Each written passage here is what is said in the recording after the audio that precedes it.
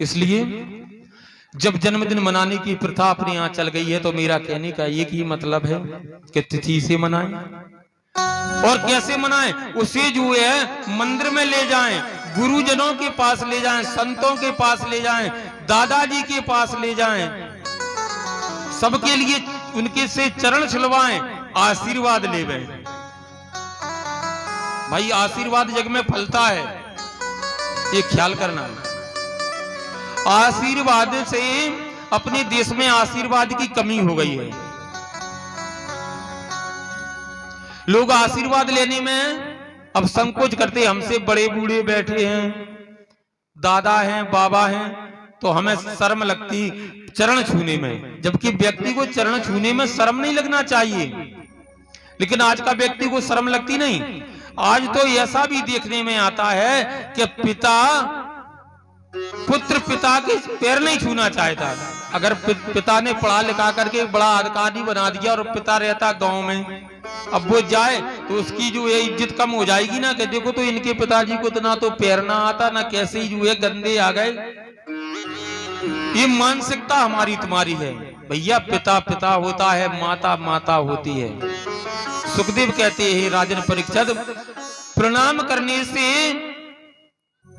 आयु बढ़ती है, यश बढ़ता है, विद्या बढ़ती है और बल बढ़ता है। लिखा है नहीं, आयुर विद्या यशो बलम, प्रणाम करने से बढ़ता है।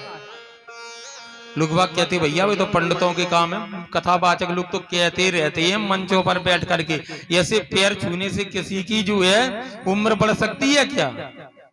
सुखदेव कहते हैं हे राजन परीक्षित, बढ़ सकती है।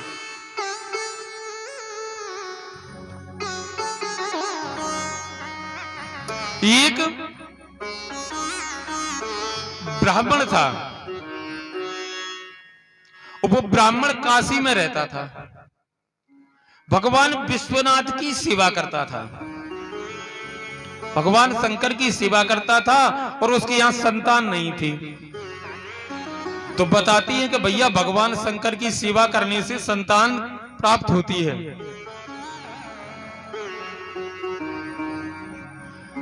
तो वो ब्राह्मण भगवान की सेवा बहुत दिनों तक करता रहा। अब देखो भगवान का क्या है, शंकर जी का, कि सेवा करते रहो, जब इनके कानों में झंझक पहुंच जावे, क्योंकि समाधि भी लंबी है भगवान शंकर की। अगर सेन कर लिया, समाधि लगा दी, भगवान राम का भजन करने में जुट गए, तो लिखा 12 वर्ष में समाधि खुलती भगवान शंकर की। अब तुम कहो कि हाल क्यों नहीं हुआ, तो गड़बड़ है, माने करते रहो सेवा। सुखदेव जी कहते हैं हे राजन परीक्षित, वो ब्राह्मण निरंतर भगवान के विश्वनाथ जी के मंदिर में जाता, पूजा करता। दुखी है वो किस बात से कि उसके यहाँ एक संतान नहीं है।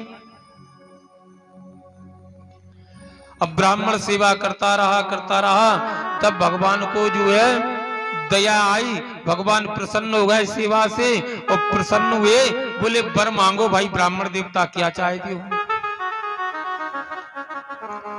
ब्राह्मण ने कहा महाराज तुम तो सब जानती हो, भाई भूखा क्या मांगेगा, भोजन मांगेगा ना। अरे महाराज तुम्हें तो पता है मैं बहुत दुखी हूं, मेरे यहाँ संतान नहीं है। भगवान शंकर ने कहा भैया जी तो बड़ा गड़बड़ है, संतान चाहती हो? बोले हाँ। बोले तो इस समय मेरे पास 2 संतानें हैं। बोले महाराज मैं समझा नहीं, 2 कैसे? अरे मुझे तो एक मिल जावे। नहीं, बोले मैं तुम्हें पूछ करके दूंगा, तुम्हारे मेरे पास अभी 2 संतानें हैं। बोले महाराज मैं समझा नहीं। बोले समझाता हूं। बोले भैया एक तो ऐसी संतान है जो है 5 वर्ष के लिए है, जो 5 वर्ष जिंदा रहेगी, 5 वर्ष बाद जो है चली जाएगी। लेकिन बोले जो 5 वर्ष की संतान है वो तुम्हारा नाम जो है अमर कर देगी। जिसके 5 वर्ष जीना है वो तुम्हारा नाम अमर कर देगी। और बोले एक संतान मेरे पास 100 साल वाली भी है।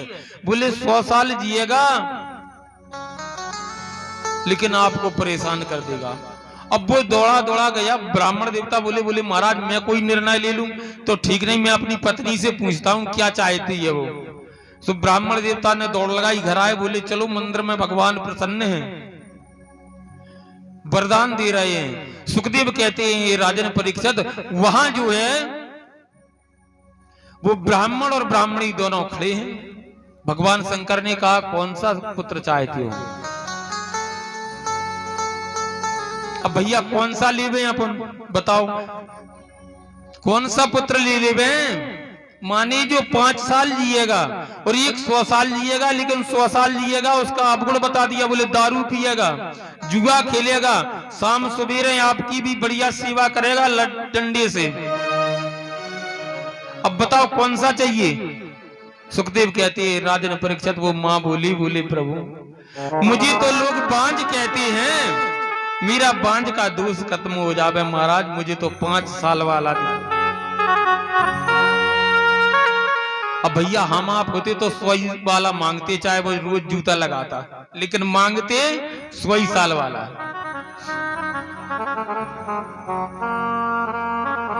सुखदेव कहते हैं राजन परीक्षित, भगवान शंकर ने कह दिया तथास्तु, ऐसा ही होगा। अब भैया समय आया,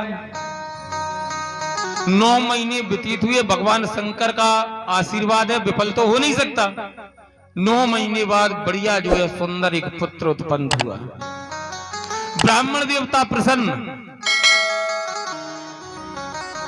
गरीबों को धन वस्त्र दान कर दिया, मिठाइयां बांट दी, लेकिन ब्राह्मण को इस बात का ज्ञान था कि इसने जन्म ले लिया तो आज इसकी उम्र में 1 दिन कम हो गया, क्योंकि जिसकी फिक्स हो तो समझ लो उसकी गिनती चालू हो जाती। अब जब बालक का जन्म हुआ तो सबसे पहले ब्राह्मण देवता पहुंचे अपने पंडित जी के पास। देखो पंडित जी सबके होते, हमारे भी गुरुजी हैं, सबके गुरुजी होते ना, और सबको जाना पड़ता है। बालक का जन्म हुआ, पहुंचे महाराज ये बालक ने जन्म लिया है, इतने बज के इतने मिनट पर इसकी कुंडली तैयार करें, जन्म पत्र